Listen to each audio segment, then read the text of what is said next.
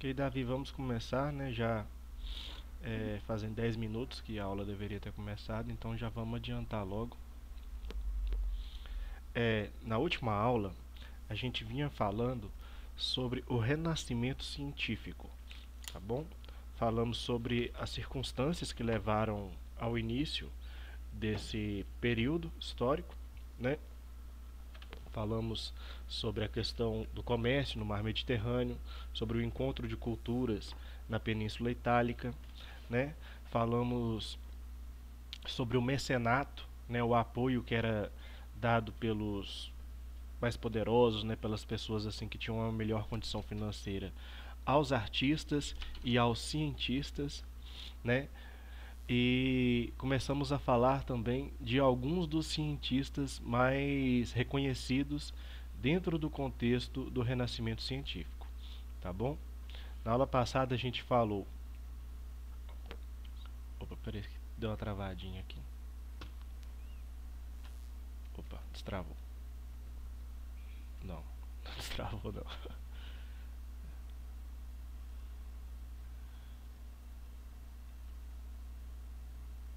Eita, gente, é complicado. Só um minutinho, Davi, que deu uma travada legal aqui no meu computador. Ó, voltou. Ok. Puxa vida, olha. Aí. Ok. Na aula passada a gente estava falando sobre Nicolau Copérnico, né? E agora vamos falar sobre Galileu Galilei, que vai dar um prosseguimento ao trabalho do Copérnico, ok? Como a gente viu, Nicolau Copérnico ele vai ser essa figura que vai é, contrapor, né? Vai contradizer a teoria do geocentrismo. A teoria do geocentrismo é aquela que diz que a Terra é o centro do universo e o Sol e todos os outros astros giram ao redor dela. E Copérnico vai dizer que não, que na verdade é o Sol que é o centro do universo e tudo gira ao redor dele, ok? Depois dele nós vamos ter Galileu Galilei, né? Que ele nasceu em 1564 e vai vir a falecer em 1642. Galileu Galilei ele era astrônomo, físico, matemático e filósofo, ok? Mais uma vez a gente vê aqui aquele aspecto, né, que a gente ressaltou da da multiespecialização que os humanistas tinham no período do Renascimento, né? Ele era defensor da teoria heliocêntrica, ele acreditava que o Sol, que era o centro do universo, né? O universo eu digo assim do nosso sistema, né? Ele é um dos fundadores da geometria moderna e da física, ok? Ele inclusive fez estudos acerca da gravidade também, né? Ele aperfeiçoou o telescópio, inventou o microscópio com duas lentes e o compasso geométrico, né? Então, pelo compasso geométrico a gente vê aqui um grande trabalho dele no aspecto da geometria, né? E a gente vê também que ele tinha um bom trabalho, um trabalho avançado nessa questão da técnica, da formação estrutural de instrumentos e ferramentas com uso de lentes, né? Através do telescópio e do microscópio. O que acontece? Galileu Galilei ele era defensor do heliocentrismo, né? E essa teoria ela contradizia diretamente a Igreja Católica, porque a Igreja Católica ela afirmava que a Terra era o centro do universo, né? Era na Terra que Deus criou a vida, então a Terra deveria ser o centro do universo. Mas Galileu Galilei, através dos seus estudos, né, e do conhecimento que ele teve dos estudos também do Copérnico, lembrando que nessa época aqui, ó, já os livros já eram publicados, né, já eram impressos por aquela tecnologia lá, né, do Johann Gutenberg, o alemão que inventou a prensa móvel. Então os livros eles eram de mais fácil acesso nesse período aqui do que nos séculos anteriores. Então ele já conhecia o trabalho do Copérnico, né, e desenvolveu também os seus trabalhos nessa mesma linha, defendendo que o Sol era o centro do universo. E a Igreja Católica fica muito insatisfeita com isso, né, e Era bem na época também em que estava estourando na Europa a Reforma Protestante, e a Igreja Católica estava tendo muitos reinos, muitos grupos que estavam abandonando, né, os seus laços com o clero, e isso estava gerando também a contra-reforma católica, que a Igreja Católica ela estava reagindo, né, aos desligamentos que estavam ocorrendo devido à Reforma Protestante. E dentro do contexto dessa contra-reforma entra a Inquisição. O que era a Inquisição? Era a perseguição, né? Era o julgamento que era feito pelo clero a todos aqueles que a Igreja Católica considerasse pagão, a todos aqueles que a Igreja Católica considerasse infiel ou que pregasse contra a fé católica. Galileu Galilei se adequou a esse critério, né, da Inquisição por ele defender o heliocentrismo, né? O heliocentrismo é que o Sol é o centro do universo. E aí ele foi julgado, ele chegou a ser julgado. E perguntaram a ele, e aí, você acredita que o Sol é o centro do universo? E a consequência era o seguinte, se ele falasse que acreditava, ele ia ser queimado na fogueira, né? A Igreja Católica tinha essa ideia de que a expiação dos pecados só poderia ser feita através do fogo, né? Que se queimava o corpo para se salvar a alma, né? Era o argumento que os católicos usavam para perseguir os seus opositores, né? Aí ele resolveu negar. Ele falou: não, eu não acredito não. O centro do universo é a Terra. A Igreja Católica, a Santa Igreja Católica está certa. E aí ele foi absolvido por um certo momento, né? Mas ele já tinha publicado trabalhos, né? A fama de Galileu Galilei começou a se espalhar, ele continuou fazendo os seus estudos, né? Então ele acabou sendo condenado posteriormente no Tribunal do Santo Ofício a um isolamento. Ele não poderia mais viver em sociedade, ele não poderia mais publicar os seus trabalhos. Apesar de que, mesmo isolado, mesmo vivendo longe da sociedade, ele continuou produzindo, né?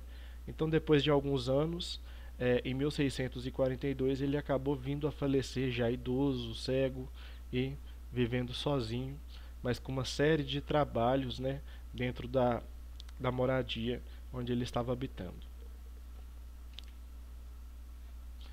Galileu Galilei foi um importante físico, astrônomo e matemático italiano. Além de construir a primeira luneta astronômica, fez várias descobertas importantes na área da astronomia. Foi Galileu que, através dos seus cálculos matemáticos, comprovou a teoria do heliocentrismo. Ok? Então ele vai dar continuidade ao trabalho de Copérnico. Agora vamos falar um pouco sobre Johann Kepler, né? Johann Kepler era astrônomo, matemático e astrólogo alemão. Como eu disse na última aula, a astronomia ela é uma ciência que vai surgir como é que eu posso dizer, não é uma ideologia, do conceito místico da astrologia, né? A astrologia ela não é uma ciência, porque ela se baseia em preceitos esotéricos, em preceitos místicos, né? É a astrologia que vai fazer o estudo dos signos, que vai fazer o estudo do mapa astral, né? E a astrologia ela se baseia principalmente na questão dos astros, na posição dos astros e como essa posição, né, como essa disposição dos astros vai influenciar na nossa vida. E ele era tanto astrólogo quanto astrônomo. Isso representa bastante essa transição, né, que estava ocorrendo durante o Renascimento, da definição do que vai vir a se tornar ciência e do que vai ser considerado misticismo, ok? Então ele trabalhou nessas áreas dos estudos dos astros. Ele era defensor do heliocentrismo e estudou a mecânica celeste, ok? Então ele acreditava que o Sol era o centro do universo e todos os outros astros giravam ao redor dele, ok? Ele criou teorias sobre os eclipses lunar e solar. Ok? O que seria o eclipse lunar? Seria quando a Terra ficava entre a Lua e o Sol. E o que seria o eclipse solar? Seria quando a Lua fica entre a Terra e o Sol. Ok? E ele conseguiu descobrir isso através das observações, né? Ele deu uma explicação científica ao porquê que acontecia os eclipses, tanto lunar quanto solar. Johann Kepler, ele terminou a vida no cargo de conselheiro militar na Alemanha. Aqui mais uma vez a gente vê essa aproximação, né, dos humanistas aos grupos mais poderosos. Como eu disse, né, que eu expliquei do mecenato, havia essa aproximação dos humanistas aos burgueses, principalmente, né, aos burgueses, mas também ao clero e à nobreza. E ele era conselheiro militar, né, na Alemanha. Avançando aqui. Johann Kepler foi um importante astrônomo e matemático alemão. Além de fazer importantes estudos na área de gravitação, ele formulou as leis fundamentais da mecânica celeste. Ok?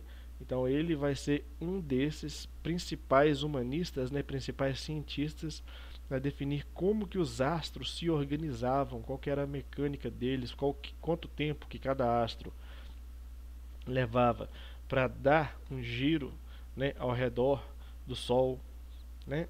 Então toda essa questão da mecânica celeste aí vai ser estudada por Johann Kepler. Agora vamos falar do Andreas Vesalius. O Andreas Vesalius, ele era um anatomista. Ele era um anatomista belga e ele foi muito importante para o avanço da medicina. Suas pesquisas sobre o corpo humano revelaram conhecimentos fundamentais para a anatomia humana. Ok? Então, o Andreas Vesalius, ele também vai ser um desses que vai ser muito perseguido, muito questionado pela Igreja Católica, pelo estudo dele, né, pela área de estudo dele, que era a anatomia. O foco da pesquisa dele era o estudo da anatomia, da estrutura do corpo humano, como é que o corpo humano funcionava por dentro, qual o formato, qual a função dos órgãos, né? Qual que é a disposição dos músculos no corpo, como os músculos respondem um ao outro, né? A função dos músculos e tal. Assim, toda a estrutura física do corpo humano é o estudo da anatomia e é o foco do estudo do Andreas Vesalius, né? O Andreas Vesalius, devido às contribuições dele no campo da anatomia, ele é considerado o pai da anatomia moderna, ok?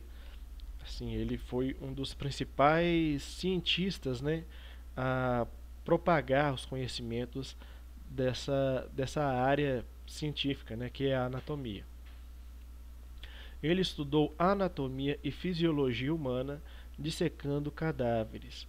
E aqui a gente explica por que a Igreja Católica era tão ressabiada, né, era tão contrariada com o trabalho, com as obras do Vesalius. Justamente por ele ter esse hábito de usar os corpos humanos, né, corpos de pessoas mortas, né, ele abrir esses corpos para ver como é que as pessoas eram por dentro. Ele pegava a pessoa que morreu recentemente, ele abria o corpo dela para ver como é que, onde que ficava o fígado, onde que ficavam os intestinos, onde que ficava o estômago, né? Ele desenhava esses órgãos internos, ele procurava mapear, né, toda a estrutura do corpo humano através das suas obras, através dos seus desenhos, né, dos seus textos. E ele tinha essa prática comum de dissecar cadáveres, tá bom? E isso aí é um grande problema para a Igreja Católica, porque nessa época a Igreja Católica dizia o seguinte, que o corpo era o templo do Espírito Santo, né? O corpo já foi o receptáculo da alma, do espírito. Então, quando ele abre o corpo humano para ver como é que funciona por dentro, né, para fazer as suas anotações, os seus estudos, a Igreja Católica dizia que ele estava corrompendo o cadáver, né, corrompendo o corpo. E a sociedade também não via muito bem, não via com bons olhos o trabalho de Vesalius. Só que o trabalho dele foi muito importante para a história e para a ciência, porque inclusive foi graças ao trabalho dele que grandes avanços científicos puderam ser alcançados. Ok? Sua principal obra, um atlas da anatomia humana, chama-se Fábrica. Né? Então, o principal livro dele, que vai explicar como é que funciona o corpo humano, né? Que vai reunir os conhecimentos que ele adquiriu em anos dissecando cadáveres, em anos, né, fazendo anotações e ponderando, né, fazendo essa pesquisa científica, vai ser o livro Fábrica. Ok? A medicina avançou bastante nesse período aqui do Renascimento, justamente devido a esses estudos aqui da anatomia. Ok? Andrés Vesalius foi servo de Filipe II na Espanha, ok? E ele morreu em um naufrágio durante uma tempestade. Então, ele era essa pessoa não querida, né, pela Igreja Católica e pela população, mas ele era tolerado devido à sua proximidade a Filipe II, né, que era rei da Espanha nesse período aqui. Ok?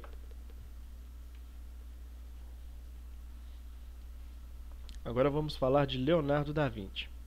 Leonardo da Vinci, ele nasceu em 1452 e veio a falecer em 1519.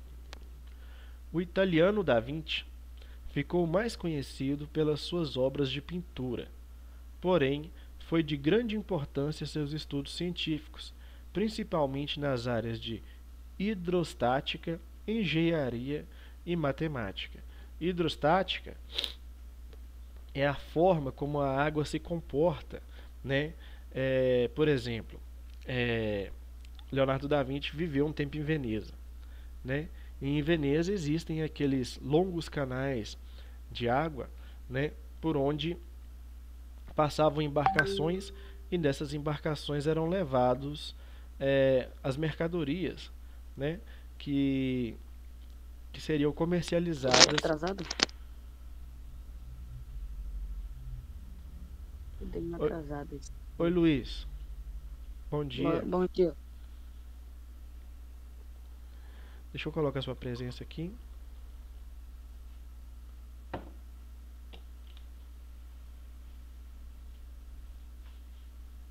Ô, Luiz, espera aí só um minutinho que tá travando demais meu computador. Vou precisar formatar ele. Ó. Seu nome é Luiz Otávio Alves Silva de Carvalho? Isso mesmo, isso mesmo. Tá bom. É esse mesmo. Ok, coloquei aqui sua presença.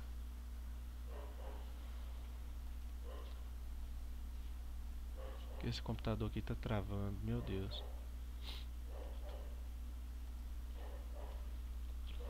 Ok, dando continuidade aqui, né? Leonardo da Vinci, ele viveu um tempo em Veneza, né? E Veneza tem aqueles canais por onde passavam as embarcações levando as mercadorias, né? E o que acontece? Leonardo da Vinci, ele conseguiu bons contatos, né, com a elite de Veneza nesse período.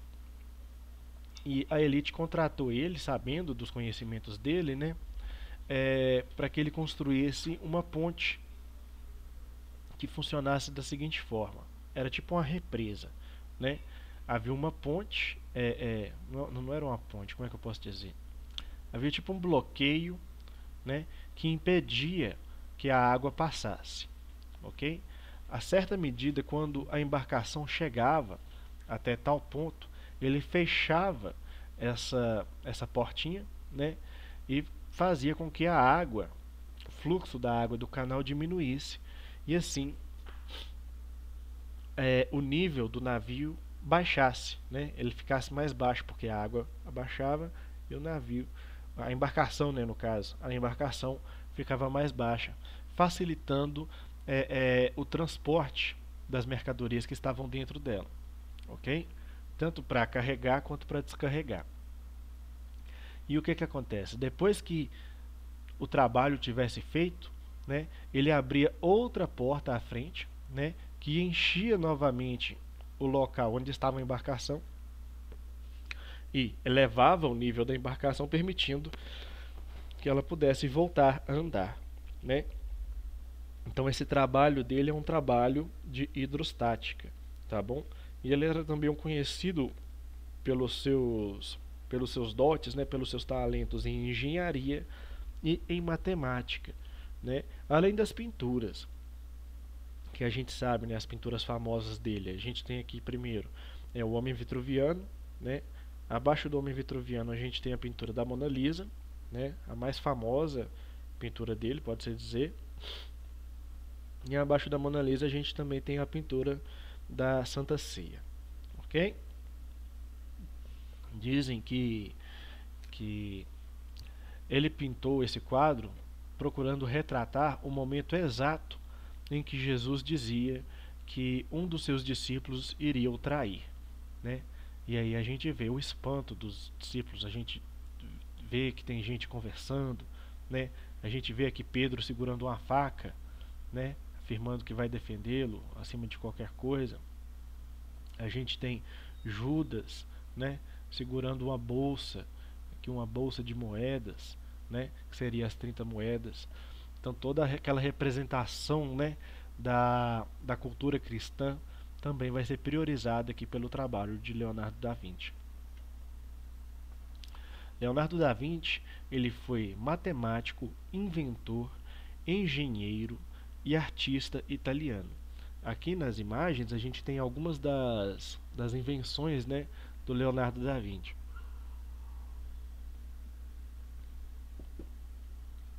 Ele é considerado um dos maiores gênios do Renascimento e de toda a história.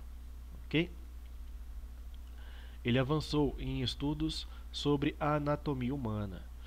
Esses estudos aqui da anatomia humana feitos por Leonardo da Vinci seguiam os mesmos padrões também, né? Os mesmos padrões do Versalhes. Tá bom? Claro que não em uma escala tão grande como o Versalhes, né? Porque o Versalhes ele se dedicava exclusivamente aos estudos da anatomia, mas o Leonardo da Vinci ele também vai fazer a dissecação de alguns cadáveres, né, para ter um entendimento de como que funciona a estrutura física humana, né, as proporções e tal. Inclusive a gente tem aqui a representação do homem vitruviano, né, apresentando a preocupação dele na proporção, na anatomia, né, em toda a questão da forma do corpo humano. Leonardo da Vinci, através de seus desenhos, né, das suas idealizações, ele inventou o paraquedas. Aqui a gente tem o modelo, né, de paraquedas que ele criou. Ele inventou a máquina de voar, né? A gente tem aqui essas duas estruturas aqui representando a máquina de voar. Uma a gente vê que tem um formato de hélice, né, que poderia ser, assim, numa escala comparativa, mais parecida com um helicóptero. E a outra que é tipo um avião, mas que parece que está imitando a forma das asas de um pássaro, né? Então assim, ele estava em busca de criar uma máquina de voar. Nenhuma dessas estruturas que foram criadas por ele, ele conseguiu testá-las, tá bom? Todas elas ele só idealizou elas, desenhou elas e fez uma descrição de como elas deveriam ser, de como elas deveriam ser construídas, mas ele jamais conseguiu construí-las e testá-las, ok? Mas posteriormente, essas estruturas desenhadas por Leonardo da Vinci foram construídas, né, e testadas, e muitas delas tiveram, assim, um bom funcionamento, né? Ele também criou, ele idealizou, né, o submarino, que a gente tem uma representação do submarino pensado por Leonardo da Vinci, e o tanque de guerra, né, entre outros. Esse tanque de guerra aqui, ó, ele era formado, né, por placas de madeira bem grossas, né, e a ideia dele era justamente dar como é que eu posso dizer? Era criar essa couraça mesmo, né, no momento de uma batalha de guerra mesmo, uma batalha militar, né? Então essa ideia dele aqui vai ser a base que futuramente vai dar origem ao tanque de guerra. Também temos aqui ó, o Tycho Brahe, né, que nasceu em 1546 e faleceu em 1601. Ele era um astrônomo dinamarquês que continuou o trabalho de Copérnico e fez observações precisas sobre os astros, principalmente sobre a Lua e suas fases. Ok? Então o Tycho Brahe ele vai fazer o estudo dos astros também, né? Ele vai ser um astrônomo e vai se focar principalmente na mecânica da Lua. Ok? Temos aqui ó, os dois médicos, Miguel Servet e William Harvey, né? Eles foram médicos que fizeram importantes estudos e descobertas sobre a circulação do sangue no corpo humano. Esse estudo aqui, né, desses dois médicos também foi baseado nos estudos de anatomia, ok? Francis Bacon. Francis Bacon, ele foi criador do método científico. Ele defendia os estudos da natureza baseando-se na experimentação. Okay? Ele acreditava que para se entender a natureza, para se entender o mundo, só se podia fazer isso utilizando a ciência, utilizando o conhecimento científico, né? E a gente sabe a ciência ela se baseia em experimentos, né? Existe um método científico que garante que o conhecimento produzido é um conhecimento verdadeiro. Ele atuava na filosofia, na política e também era um alquimista. Lembrando que os alquimistas eram aqueles grupos que tinham como ideal principal, né, discurso principal, a busca pela pedra filosofal, que seria a pedra que transformaria outros metais em ouro, né, e pelo elixir da vida, né, e o elixir da vida seria essa substância que daria a vida eterna, né. E pode parecer uma bobeira, né, o estudo dos alquimistas, por ser um negócio impossível de se alcançar esses ideais, mas os estudos dos alquimistas acabaram proporcionando o surgimento da química, né, da nossa química atual. Muitos elementos da nossa tabela periódica foram descobertos pelos alquimistas. Ok? Também temos que pensar, né, dar um desconto que eles estavam na Idade Média, né, não havia uma propagação do conhecimento, então esse tipo de meta imaginativa, né, era uma coisa até bem compreensível, né? E ele é considerado o fundador da ciência moderna. Temos aqui algumas frases do Francis Bacon, né, para a gente exemplificar o valor que ele dava para o experimento, né, para o método científico, que é a dúvida, a experimentação, a observação e a conclusão, né? A divulgação posteriormente, né? Vamos lá. Francis Bacon disse que o homem é ministro e intérprete da natureza. Faz e entende tanto quanto constata, pela observação dos fatos ou pelo trabalho da mente. Sobre a ordem da natureza, não sabe, nem pode mais. Ou seja, o homem ele vai saber aquilo que ele buscou saber, aquilo do qual ele tem contato. Não dá para o homem afirmar ser verdade aquilo que ele não conheceu, que ele não viu, né? Ou seja, aqui mais um aspecto aqui, ó, uma fala, né, de Francis Bacon valorizando a importância do método científico, ok? Outra frase aqui do Francis Bacon: o conhecimento é em si mesmo um poder, né? A valorização do conhecimento, da busca pela verdade, sempre com base na ciência. E uma outra frase aqui, ó, só se pode vencer a natureza obedecendo-lhe.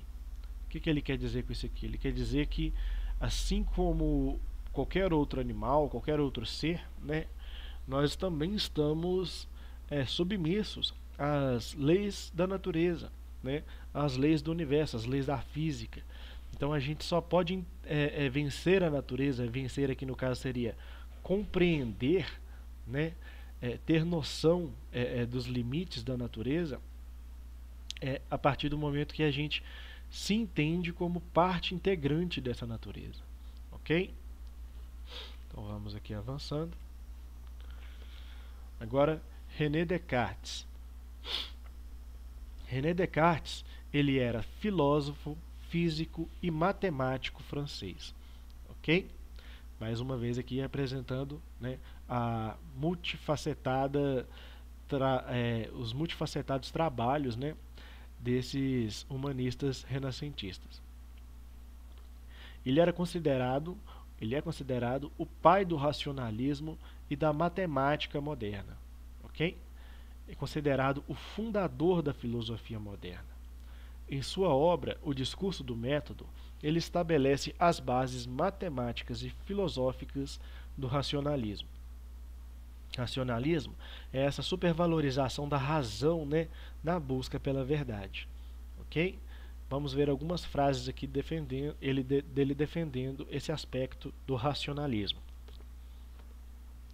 É necessário que ao menos uma vez na vida você duvide, tanto quanto possível, de todas as coisas. Ou seja, tudo aquilo que você conhece, tudo aquilo que você tem contato na vida, é necessário que você busque refletir, né? É sempre necessário você estar exercitando a sua racionalidade, o seu pensamento, né? E para ele a dúvida era o principal meio, né, de você conseguir alcançar um novo conhecimento, alcançar um novo degrau, né, no exercício da racionalidade, ok? Então, quanto mais você duvida, mais chances você tem de descobrir algo novo.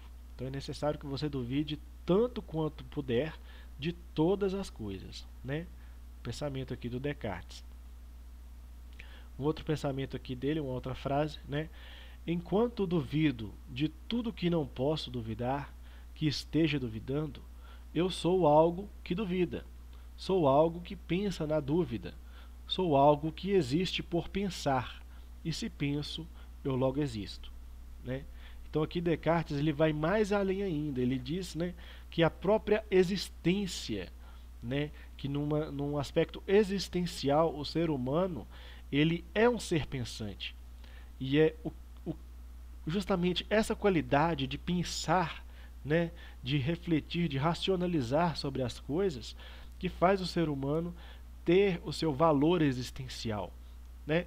Quanto mais ele pensa, quanto mais ele duvida, mais ele se torna concreto, mais ele existe, ok? Pessoal, só um minutinho aqui, já volto. Só ver um negócio aqui, rapidinho.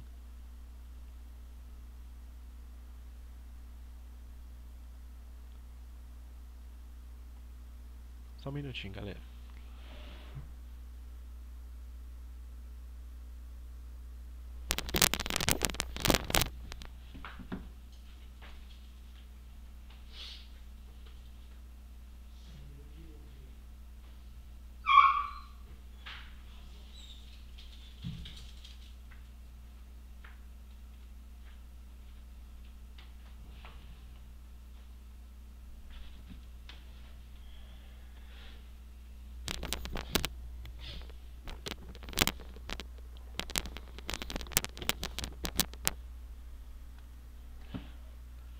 Ok, pessoal? Voltando aqui. Vamos falar agora de Isaac Newton, tá bom? Isaac Newton, deu falha aqui. Isaac Newton, ele era filósofo, matemático, astrônomo, alquimista e teólogo inglês, ok? Mais uma vez aqui representando, né, as muitas atividades a que se dedicavam os humanistas, né? E outro aspecto interessante é a gente ver, ao mesmo tempo que ele era teólogo, né, ou seja, ele se dedicava ao estudo das ciências religiosas, né, não das ciências religiosas, mas como é que eu posso dizer? Ao estudo dos conhecimentos da religião, né? Ele estudava as escrituras, né? Ele também era filósofo e matemático, ele se dedicava também a atividades científicas, ok? É considerado o pai da física e da mecânica modernas, né? Pois desenvolveu conhecimentos na matemática, na física e na filosofia natural. Ele criou as primeiras teorias oficiais sobre a gravidade, a propagação e movimento da luz e seus espectros de cores, né? Existe uma historinha, a gente não sabe se é verdade, que um dia ele estava sentado debaixo de uma macieira, né, e uma maçã caiu sobre a sua cabeça. E ele pensou, por que essa maçã caiu sobre a minha cabeça? Né? Por que as coisas caem? Por que as coisas que estão por cima tendem a ir para baixo? Né? Será que existe uma força que atrai essas coisas para baixo? Será que existe um magnetismo que puxa tudo que sobe para baixo? Né? E ele começou a teorizar, a pensar sobre a gravidade. Né? E ele também estudou sobre como a luz influencia no conceito de cores, ok? Certo dia ele estava num quarto muito escuro e viu que na janela, né, tinha uma frestinha por onde entrava um raio de luz, né? Era dia, um dia claro, entrava um raio de luz por essa fresta, né? E ele teve a seguinte ideia: o que será que acontece se eu deixar esse raio de luz cruzar um prisma? Né? O prisma seria esse tipo de cristal aqui, ó. E ele fez esse experimento e ele viu, né, que quando o raio de luz cruzava o prisma, ele se dividia em várias cores, né? Percebeu que o raio de luz branca ele se dividia em várias outras cores. E assim ele desenvolveu as 3 leis de Newton, né? Ele estudou o movimento dos corpos e fez a criação das 3 leis de Newton. A primeira lei de Newton é: a tendência de um corpo é permanecer como ele está. Ou seja, a tendência de um corpo que está parado é continuar parado, né? A tendência de um corpo que está em movimento é continuar em movimento, né? Por isso que quando você está num carro e esse carro ele freia de uma vez, ele não vai parar imediatamente, ele ainda vai continuar em movimento, né, até conseguir diminuir a velocidade e parar de uma vez. A segunda lei de Newton é: o valor da força é igual a massa vezes aceleração, né? Ou seja, a força ela é influenciada por esses dois valores, né? Tanto a aceleração, a velocidade, né, quanto a massa, o peso dessas coisas. A junção da massa e da velocidade que vai dar o valor da força.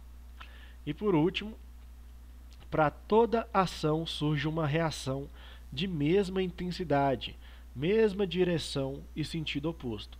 Vamos imaginar, eu estou virado para uma parede com a bolinha de ping-pong. Então eu vou lá e pego essa bolinha de ping-pong e jogo na parede. A tendência dessa bolinha não é voltar para mim, né, na minha direção? Então, essa reação da bolinha, quando eu jogo ela, é a ação. Quando ela volta para mim, é a reação, né? Isso aí explica, exemplifica a terceira lei de Newton, né? Que toda ação, no caso eu jogar a bolinha, tem uma reação de mesma intensidade, ou seja, na mesma força que eu jogo ela, ela volta para mim, né? A mesma direção, ou seja, eu estou jogando ela na horizontal, só que no sentido oposto. Enquanto eu jogo ela para a parede, a bolinha, na reação, ela volta para mim, né? E aqui as atividades. A questão 1. O Renascimento, amplo movimento artístico e literário e científico, expandiu-se da Península Itálica por quase toda a Europa, provocando transformações na sociedade. Sobre o tema, é correto afirmar, a alternativa certa, pessoal, seria a letra E. É correto afirmar que os estudiosos do período buscaram apoio na observação, no modelo experimental e na reflexão racional, valorizando a natureza e o ser humano. Aqui na questão 2 e 3. Leia o texto abaixo para poder responder as duas questões que em seguida serão apresentadas. Né? Vamos ler esse texto.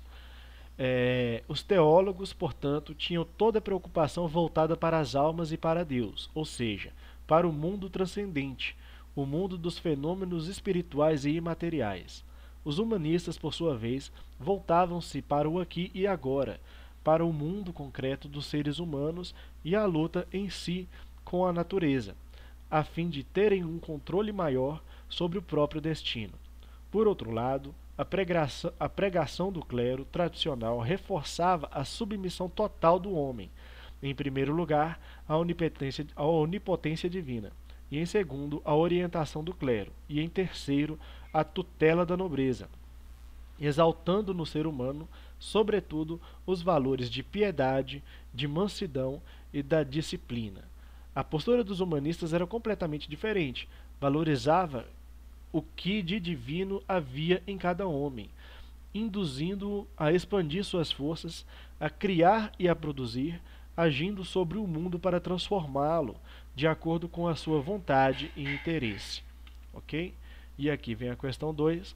No texto, a característica marcante do movimento humanista renascentista é, a resposta certa seria a letra A, o espírito crítico voltado para o estímulo às mudanças. E a questão 3. A crítica dos humanistas era dirigida à sociedade. A resposta certa seria a sociedade feudal, né, que era criticada pelos humanistas.